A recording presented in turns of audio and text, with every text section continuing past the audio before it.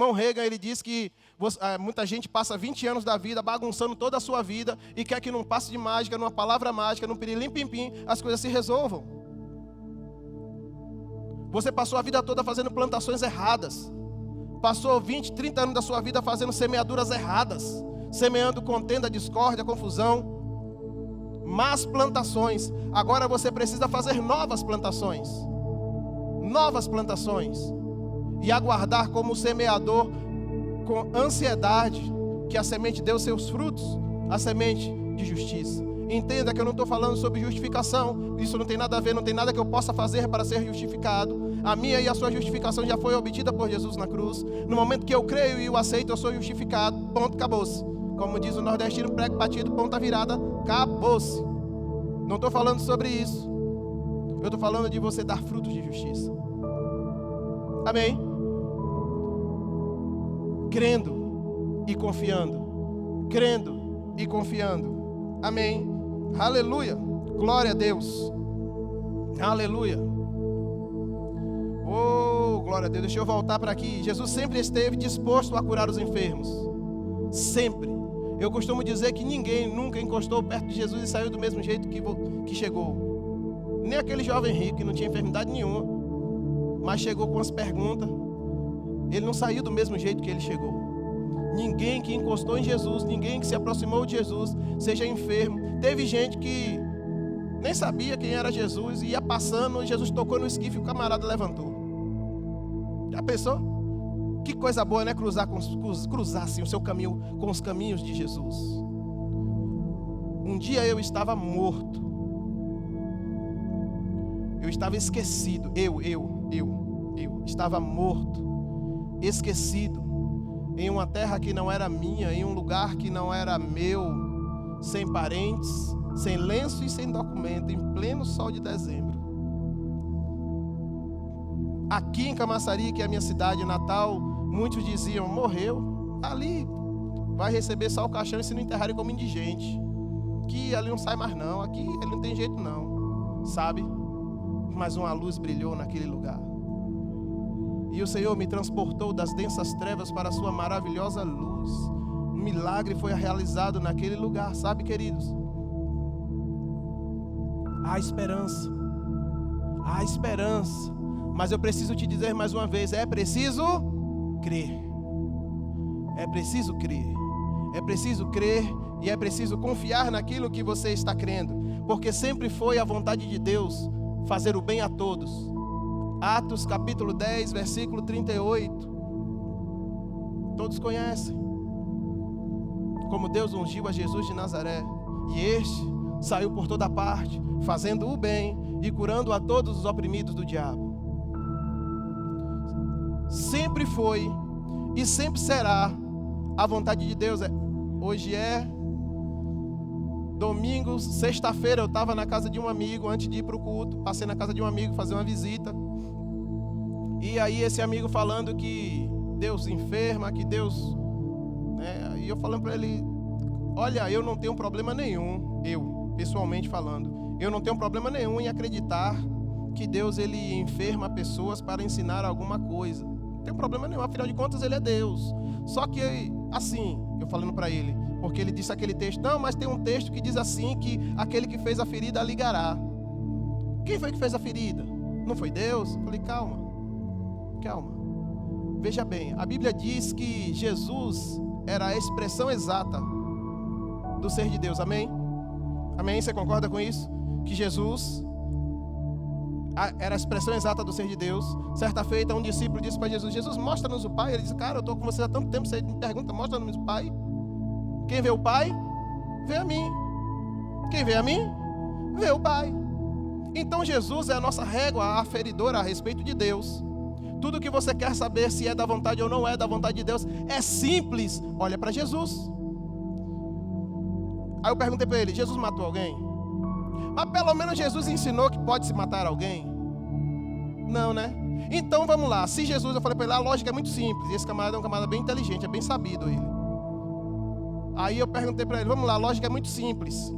Supondo que fosse a vontade de Deus enfermar para depois lhe curar, aí Jesus vem curando todo mundo, e Jesus é o Filho de Deus, Jesus seria o filho mais desobediente da face da terra. Você concorda comigo? Que uma casa dividida não subsiste? Se a Bíblia diz no livro, na carta de Pedro, que foi para isso que se manifestou o Filho de Deus, para desfazer as obras do diabo.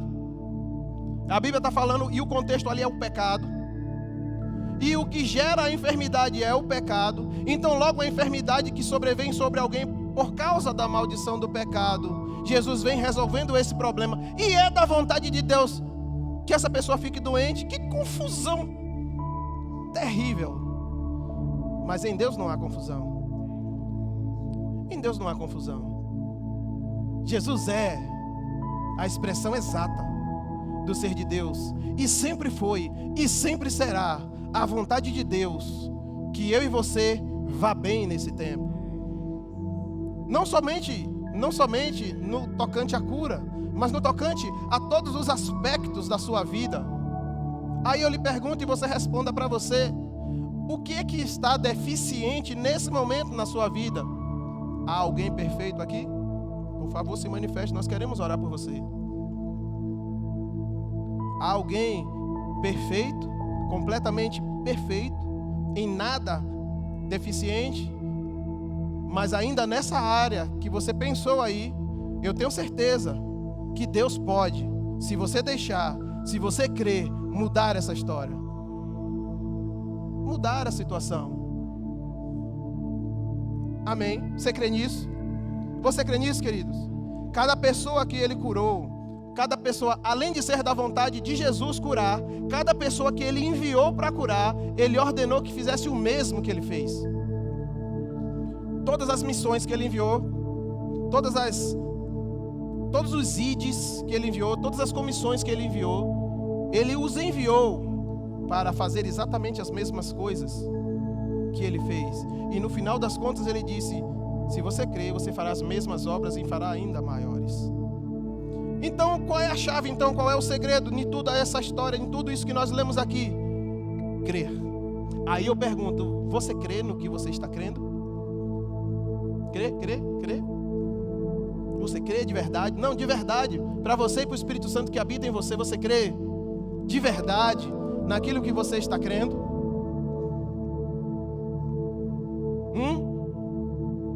Hein?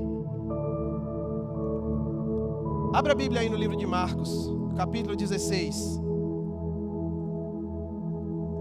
Eu já estou quase, viu? Quase caminhando para o final.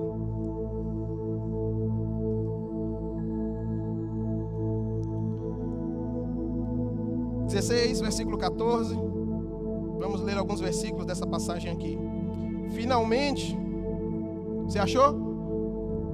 Quem achou diz: eu vou para o céu. Quem não achou ainda diz: eu vou também. Todo mundo achou. Finalmente apareceu Jesus, versículo 14 de Marcos 16. A minha versão é Almeida Revista e Atualizada. Diz assim: finalmente apareceu Jesus aos 11, porque Judas já tinha sido coisado, morto. Quando estavam à mesa, e censurou-lhes o que, queridos? A incredulidade e a dureza do coração, porque não creram na pregação de quem o tinha visto ressuscitado. Sabia que Jesus não mudou? Ele ainda continua censurando a incredulidade e a dureza do coração, de não querer aceitar aquilo que ele disse. E sabia que incredulidade é um impedimento para os milagres de Deus se manifestar? E ele não pôde, você se lembra? E ele não pôde realizar ali nenhum milagre, senão curar uns poucos, pela imposição de mãos, e admirou-se da incredulidade deles. Interessante desse texto é que não diz que Jesus não quis, diz que Jesus não pôde. Jesus que ressuscitou Lázaro, que ressuscitou a menina, que ressuscitou o filho da viúva. Jesus, que mais de 500 pessoas, se não me falha a memória, ressuscitaram junto com ele. Jesus. que curou a mulher do fluxo de sangue, Jesus que fez o mar e o vento se acalmar, Jesus que libertou o endemoniado gadareno de mais de 6.000 cão. Jesus não pôde. Agora, se Jesus não pôde, o negócio estava feio. E ainda hoje Jesus continua censurando a incredulidade. Sabe o que é incredulidade, queridos? É o inversamente proporcional de crer. A palavra no grego, no koiné, greco-judaico, para a incredulidade é apistia. Se fé é pistes, e se crer é pisteuo, a palavra para a incredulidade é apistia, a total e completa incapacidade de crer. Mas isso é uma escolha. A Bíblia diz: acolhei com mansidão a palavra em vós implantada. Por quê? Porque essa palavra, ela é poderosa para sozo, para salvar a vossa vida. Amém? Porque a palavra lá, para salvar a vossa alma, a palavra lá, alma, ela pode ser traduzida como vida, a vida cotidiana, a vida, essa vida que eu vivo. Salvar. Salvar do quê? De prisão. Salvar do quê? De enfermidades, leito de morte. Salvar do quê? De perseguição. Salvar do inferno, da condenação. A palavra em vós implantada acolha. Quem que acolhe? Quem que escolhe acolher com mansidão? Mas, gente, tem tanta gente com a dureza. Sabe, Jair? Às vezes eu tenho pregado, falado para pessoas, as pessoas se voltam contra mim, os dentes assim, e eu olho para ele, eu chego e fico cabreiro, vai me bater. E você simplesmente pregando a palavra, tentando alimentar a pessoa, para que a pessoa, porque assim, existem coisas que a gente já viveu, então a gente já sabe que 1 mais 1 sempre vai dar 2, então a gente sabe. Aí a gente está aconselhando, a gente está expondo o que a palavra de Deus diz a respeito disso, e mais ainda, além da gente saber, a gente já experimentou. A gente já foi lá. E aí, às vezes, a gente está expondo a palavra para as pessoas, e as pessoas estão bravas com a gente. Aí, vai fazer o quê? Jesus disse que não pôde realizar nenhum milagre onde houve incredulidade e desonra. A quem? A unção, a palavra. Porque Jesus e a palavra é uma coisa só. Jesus e a unção messiânica que estava sobre ele, o Christos, é uma coisa só. É uma partícula do próprio Deus. Então, quando eu resisto à unção, quando eu resisto à palavra, quando eu resisto à pessoa, eu resisto ao próprio Deus. Mas só que Deus diz que Ele resiste ao soberbo. Não sou eu que... Ah, queridos, Deus resiste aos soberbos, mas Ele concede graça aos humildes. E humildade é aceitar o que a palavra de Deus diz ao meu e ao seu respeito. E Ele nos deu vida abundante. Amém? Aleluia. Aleluia. Marcos capítulo 16, vamos continuar lendo. E Jesus, ele censurou-lhe a incredulidade e dureza do coração, porque não lhe deram crédito aos que o tinham visto já ressuscitado. E disse-lhes: ide por todo o mundo e pregai o evangelho a toda criatura. Essa toda criatura aqui, gente, não é gato, cachorro, periquito, cavalo, não, é gente. É gente. A todas as pessoas que você encontrarem pelo meio do caminho, faça discípulos, pregue o evangelho a toda criatura. Agora pule para o versículo 18. Porque ele diz assim: quem crê e foi batizado será salvo, esses sinais seguirão aqueles que creem. Os sinais que seguirão que creem, no versículo 18, diz assim: eles pegarão em serpentes, e se alguma coisa mortífera beberem, não lhes fará mal. E se impuserem as mãos sobre os enfermos, eles ficarão.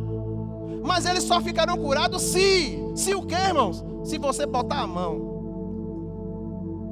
Por isso que eu boto a mão. Porque o meu papel é crer, porque os sinais acompanham quem crê. Então, porque eu creio, eu boto a mão. O meu papel é crer e botar a mão. O papel de Deus é curar. E eu não me preocupo se a pessoa creu para receber, se a pessoa não creu para receber, se a pessoa ficou curada, se a pessoa não ficou curada. Eu não me preocupo com isso. Eu me preocupo em não deixar passar a oportunidade de entregar para a pessoa a possibilidade dela ver na vida dela manifesta o poder de Deus. Amém? Glória a Deus. Eu preciso dizer para você que existem gente por aí dizendo que isso aqui que você acabou de ler foi apenas para os discípulos. foi apenas para aquele tempo. E eu quero dizer para você que Jesus, Ele é o mesmo, Ele não mudou. E eu preciso fazer uma outra pergunta para você. Desde quando Deus começou a fazer acepção de pessoas? E desde quando Deus começou a querer curar naquele tempo e hoje já não quer mais? Bom, se essas coisas espirituais não estão mais valendo, então tem um monte de coisa espiritual também que também não está mais valendo. Porque o texto diz que quem crer e for batizado. Se curar não é mais, então batismo também não é. E outras coisas também não é. Pregar a palavra também não é, porque está tudo no mesmo contexto. Então, se uma coisa é válida, todas são. Amém? Você entende a lógica do contexto? Continua sendo até hoje a vontade de Deus. Não só que eu viva e experimente cura, como também eu transmita aquilo que eu tenho recebido para outras pessoas. Me chama a atenção de Pedro, com aquele moço que estava ali à Porta Formosa, há muito tempo ali, esmolando, e quando Pedro ia entrando, ele olha para os dois e diz: dá-me uma esmolinha, pelo amor de Deus. Será que foi assim? Não sei, né? Mas Pedro olha para ele e diz assim: olha, eu não tenho prata e nem tenho ouro. Olha para mim, rapaz, olha para mim. Aí ele olha para Pedro e ele diz assim: eu não tenho prata e nem tenho ouro, mas o que eu tenho, cara, isso para mim é poderoso. O que eu tenho, isso eu te dou. Em nome de Jesus, ô Cristo, levanta e anda. Eita! Aí o caba fica olhando para ele assim, pensando que e agora? Aí Pedro pega pela mão dele, ele levanta e ele dá um salto e o pé dele se endireita e ele fica em pé. E aí deu um rebuliço terrível. O negócio ficou feio para Pedro. Mas manifestou ou não manifestou o milagre? Manifestou, queridos. Está em você. Está em você. Está aí dentro de você. Porque a todos quantos receberam, deu-lhes o poder. A não ser que você não tenha recebido Jesus, a não ser que você ainda não tenha nascido de novo, mas se você recebeu Jesus e você nasceu de novo, não importa o tempo de crente que você tem, está aí. Há um poder operando em você aí. Aleluia, há uma unção de Deus operando aí. Porque estes sinais acompanharão aqueles que creem. Você crê? Se você botar a mão, você vai ver enfermo ser curado. Mas se você nunca botar a mão, você nunca verá enfermo ser curado. Amém? É simples assim, queridos. É simples assim. Aleluia. Foi para o tempo dos discípulos? Foi. Mas é para nós também nesse tempo. Aleluia. Fé é crer que Deus fará exatamente o que você sabe que Ele disse em sua palavra que fará. Fé, vou repetir. Fé é crer que Deus fará exatamente o que você sabe que Ele disse em sua palavra que fará. Agora eu pergunto, você sabe o que Ele disse na palavra que fará? Eu concordo com o que o pastor disse hoje, mais cedo. Estamos vivendo um tempo que parece que as pessoas, elas estão tendo um anelo. Sabe, eu acho que aquele texto, assim como a corça anseia pela face das águas. Sabe, hoje eu vejo as pessoas se aproximando mais de Deus. Eu vejo muitas pessoas perguntando sobre Deus, citando Deus, postando textos a respeito de Deus, buscando estar em contato com Deus. E Deus está prontinho para salvar e curar. Deus está prontinho para salvar e curar. O que precisa? De gente valente. Eu e você. Para botar a mão e as pessoas serem curadas. Para pregar o evangelho de Deus, que é a salvação de todo aquele que crê. Amém, queridos? Aleluia. Aleluia. Aleluia. Agora você crê? Ixi. Agora você crê? Sabe, querido, a cura, bem como todas as promessas da aliança, estão disponíveis para você hoje. Aí eu te pergunto, que aliança que você faz parte? Você já parou para estudar sobre aliança? Para ler sobre aliança? Para saber mais sobre os benefícios dessa aliança? Quais são os textos que falam sobre essa aliança? Aleluia. Aleluia.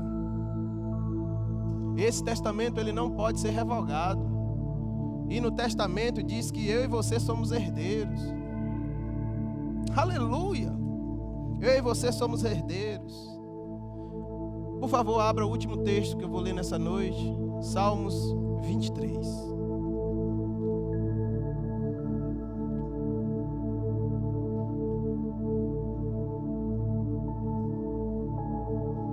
Aleluia. Tu és um bom Pai. Quem tu és? É quem tu és. Você abriu? Quem tu és? Aleluia. É quem eu sou. Salmos 23. É quem eu sou.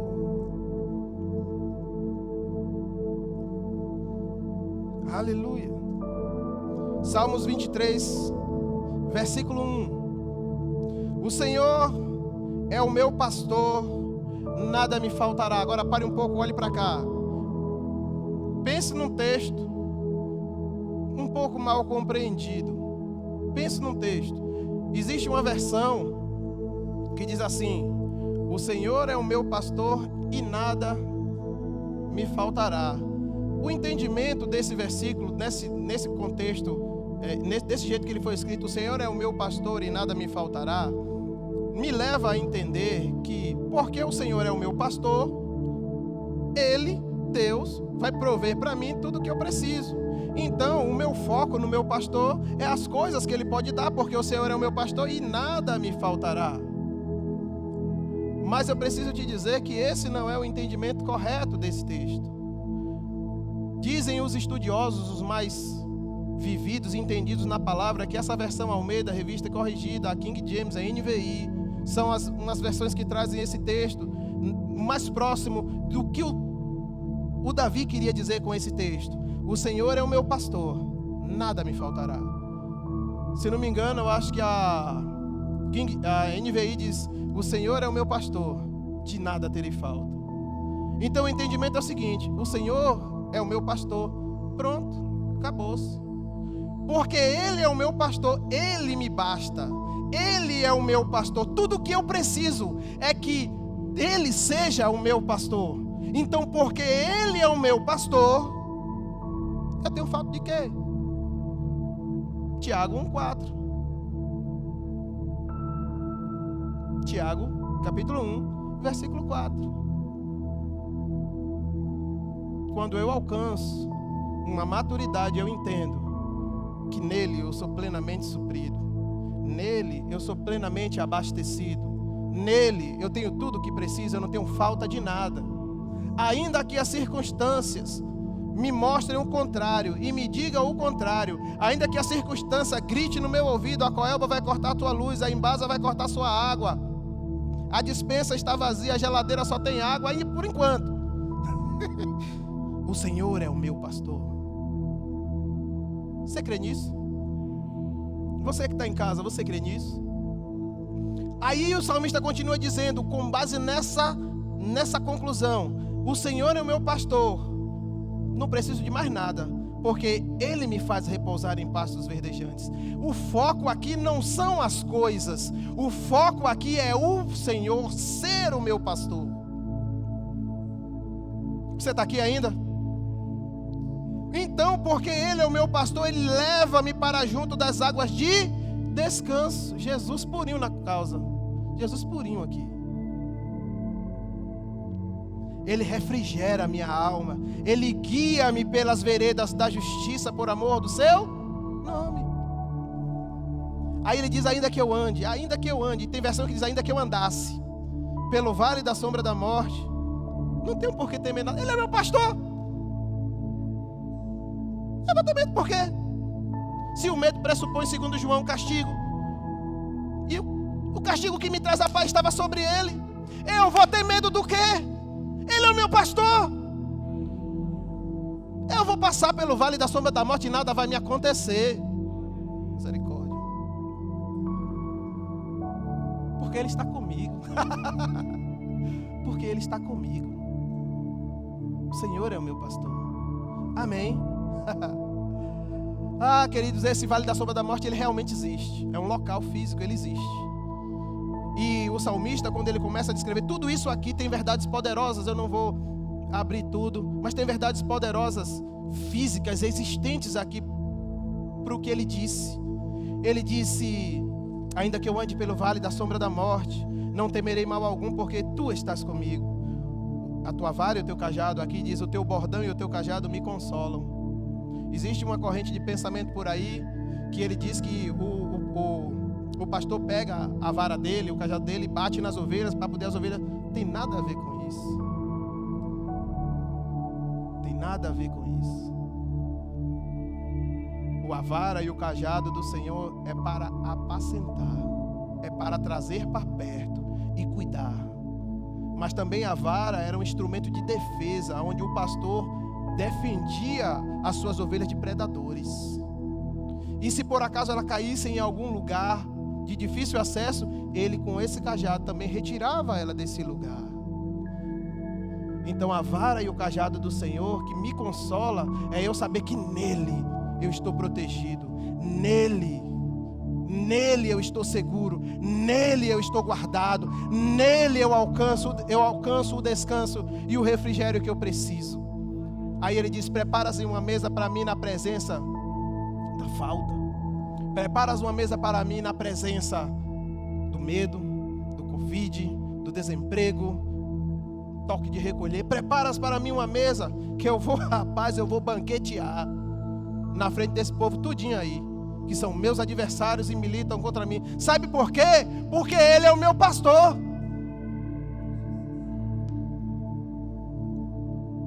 Fica tranquilo, queridos. Fica tranquilo. Descansa. Ei, se esforça para descansar. Cabeça quente não leva nada a lugar nenhum. A aflição não vai te levar a lugar nenhum. Mas se você entrar nele, eu vou dizer uma coisa para você: para te achar vai dar trabalho, vai ter que passar por cima dele, vai ter que entrar nele também para te achar. Amém. Unge-me a cabeça com óleo e o meu cálice transborda. E aí a cereja do bolo. Se tudo isso que eu li não for o bastante, não for suficiente para te alegrar, para arrancar da tua boca um brado de glória a Deus e aleluia, bondade e misericórdia certamente me seguirão todos os dias da minha vida, e eu habitarei na casa do Senhor para todos sempre. Bondade e misericórdia. Já pensou? Por onde Jai vai, bondade está de um lado, misericórdia está do outro. Por onde David vai, bondade está de um lado, misericórdia está do outro. Por onde você vai, bondade está de um lado, misericórdia está do outro. Hein? Por quê? Porque ele é o seu pastor. Aleluia. Aleluia. Agora eu lhe pergunto mais uma vez: você crê, mas você crê de verdade porque está com medo? Você crê de verdade porque se aflige? Porque não dorme direito?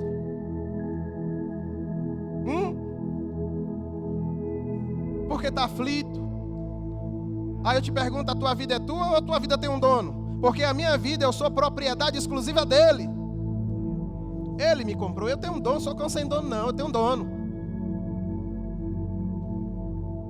Ele me comprou por um bom preço. Ele pagou a minha dívida. Ei, eu já não estou mais no império das trevas não, tá? Eu faço parte do reino do Filho e do amor de Deus. E é uma promessa para eu reinar em vida. Em vida. E eu e você vivemos o favor de Deus nesse tempo, nessa terra. Amém? Pai, eu lhe sou tão grato por essa noite, pelos teus filhos e filhas nesse lugar.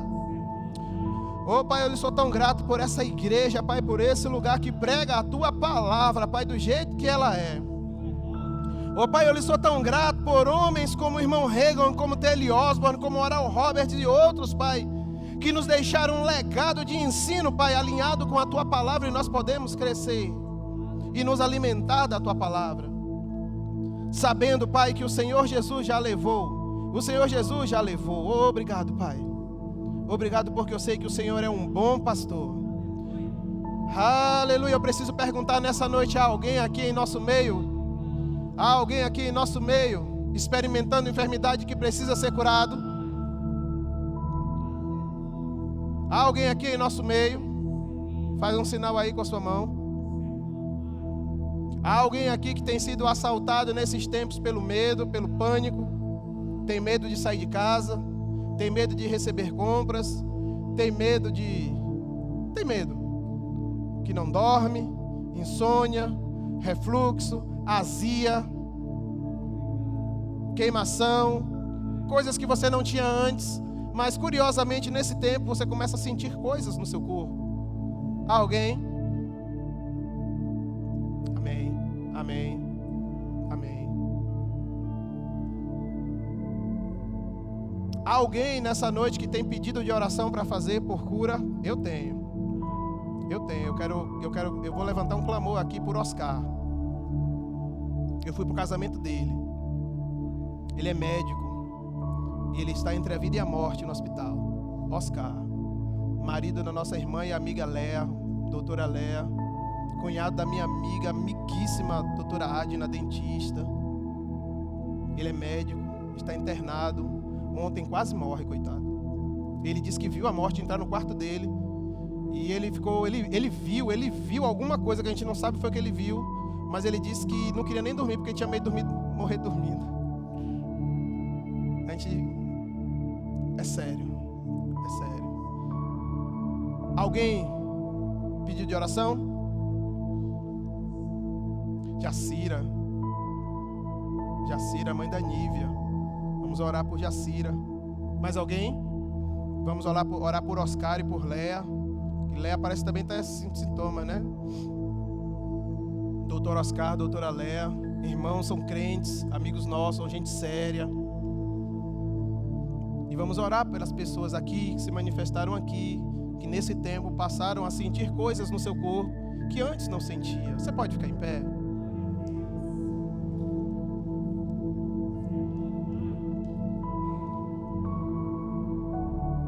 Aleluia. Aleluia, aleluia.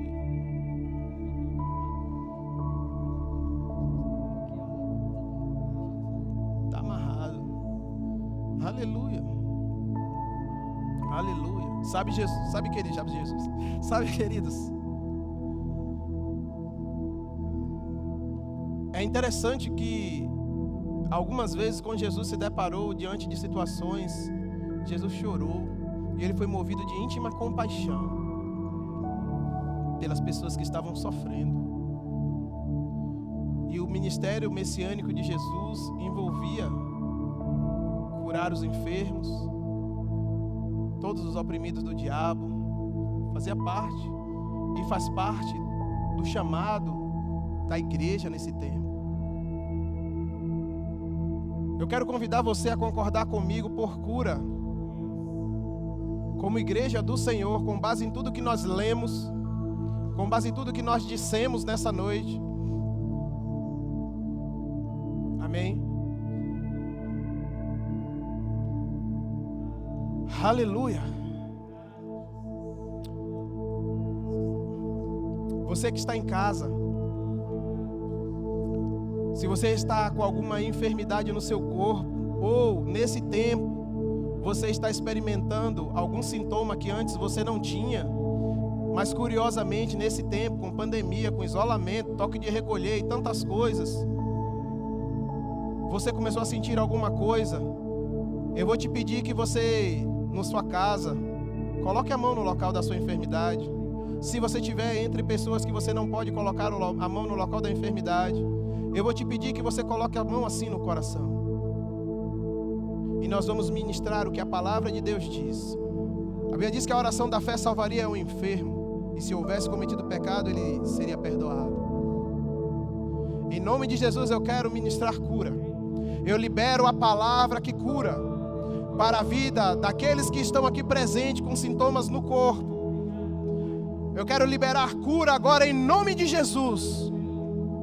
Para aqueles que estão em casa, do alto da cabeça até a planta dos pés, restauração completa. Em nome de Jesus eu reivindico e eu reclamo os direitos da aliança diante do testamento, para cura, para restauração e restabelecimento, em nome de Jesus, um nome sobre todo nome. Eu declaro cura sobre o corpo da Jacira, em nome de Jesus, a mãe da nossa irmã Nívia. Jacira, receba a cura onde você estiver. Receba o toque de Deus, do alto da sua cabeça até a planta dos seus pés. Eu declaro tudo normalizado agora em nome de Jesus. Também eu declaro cura sobre o Oscar e sobre a Leia. Eu declaro sobre a vida do Oscar um levantamento desse leito em nome de Jesus. Eu declaro um restabelecimento completo agora. Eu declaro todas as taxas se normalizando. Eu declaro agora toda a saturação do sangue voltando ao normal. Eu declaro agora em nome de Jesus. Em nome de Jesus. Volte ao normal. Em nome de Jesus. Declaro também cura sobre o corpo da Eliane. Eu declaro cura sobre essa doença do inferno chamada lúpus. Seja curada em nome de Jesus.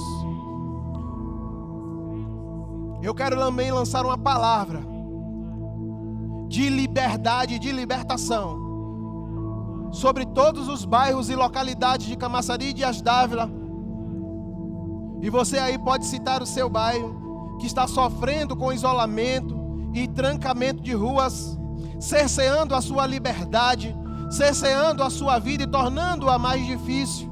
Saiba que foi para a liberdade que Cristo te libertou. Aleluia! Eu declaro em nome de Jesus desfeito. Desfeito. Eu declaro portas abertas para a sua vida. Eu declaro portas abertas em nome de Jesus. Eu declaro que a palavra de Deus diz, em nome de Jesus, seja desfeito toda a cilada do diabo. Seja desfeito todo o levante contra você, contra a sua vida, contra a sua família, agora em nome de Jesus. Eu declaro tudo voltando à normalidade. Eu declaro a morte e a falência do problema. Eu declaro soluções de Deus, soluções chegando. Eu declaro ideias chegando, em nome de Jesus. Em nome de Jesus. Eu desejo para a sua vida, para a minha vida, uma semana abençoada na prática da palavra. Uma semana de libertação, uma semana de provisão. Eu declaro sobre a sua vida, nessa semana, transformação, resgate e soluções, no nome santo de Jesus. Fica na paz e seja grandemente abençoado pela prática da palavra. Amém? Glória a Deus.